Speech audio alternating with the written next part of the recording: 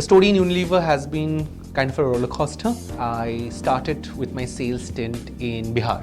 Post that, Unilever sends us to do an international stint outside. So I moved from Domestos to Dubai. From Dubai, I straight came down to Bareilly in UP to work on the Shakti channel. Post that, I moved to Singapore, Indonesia, Malaysia, Philippines and the like. We went to a place called Tezgora in India. We went to a place called Migori in Kenya.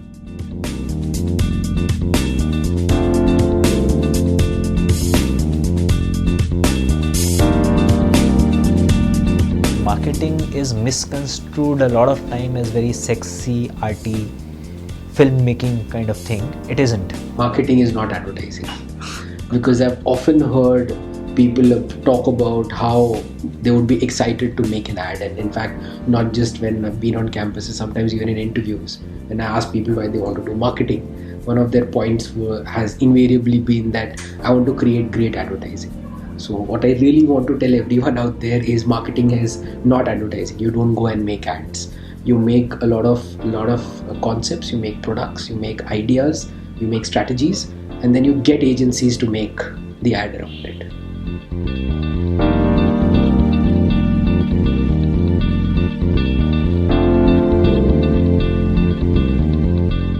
So the first project I had done was I had to get bottles which were getting manufactured in China with caps that were getting manufactured in Milan. A week before the products came in, I went up to my R&D team and said, so can we have a look at the product? Is everything is fine?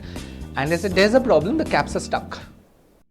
Yeah, and I had no backup.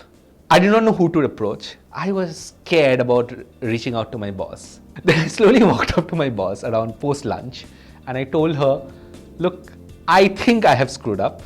She said, Banjo, I know that there is a problem. Yeah, I knew. I was waiting for you to figure out if you have identified that there is a problem. So I'm happy that you have found it out yourself. So why don't you try to sort it out rather than me telling you what's to be done? Because trust me, something can be done. You go out and talk to your team and sort this point out. And then immediately we had an emergency call with different teams. We tried to check if there are any other shipments going anywhere else in the world which can be diverted to India. And finally we managed.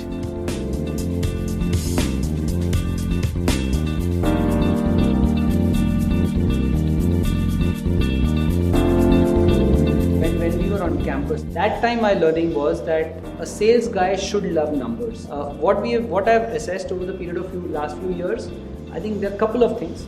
The definer is people orientation. If you love talking to people, if you love interacting with people, they are probably more meant for sales. The biggest one is the bias for action.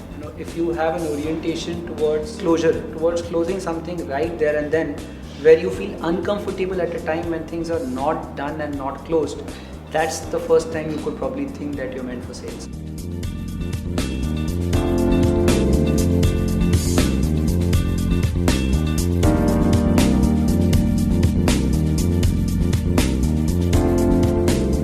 So I was undergoing my sales trainee stint, and there is this shop where I see all of the packets of bites, which used to be one of our snacking products at that time, strewn around on the floor. And without saying anything, I said, let me try the Gandhigiri way. I picked up all the bites packs, placed them in the racks, dusted them and all nicely. Then I thought that the retailer would now greet me nicely. And the first thing he turns to me and says, "Tune ise uthaya, Allah tujhe uthaye." What happened afterwards was I talked to him very nicely and we got talking, etc., etc. He had a number of issues with the company, but I can proudly say that we got to a position where I don't think any other management trainee would need to go and pick up bites packets from his store anymore.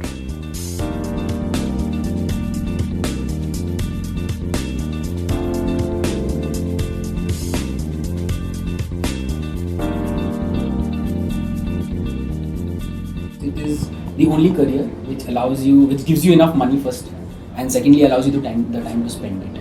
Because I have friends from campus across different roles, and trust me, a lot of them make a lot more money than I do, but they have barely any time. So I'm sure the kids will enjoy the life that they are leading right now.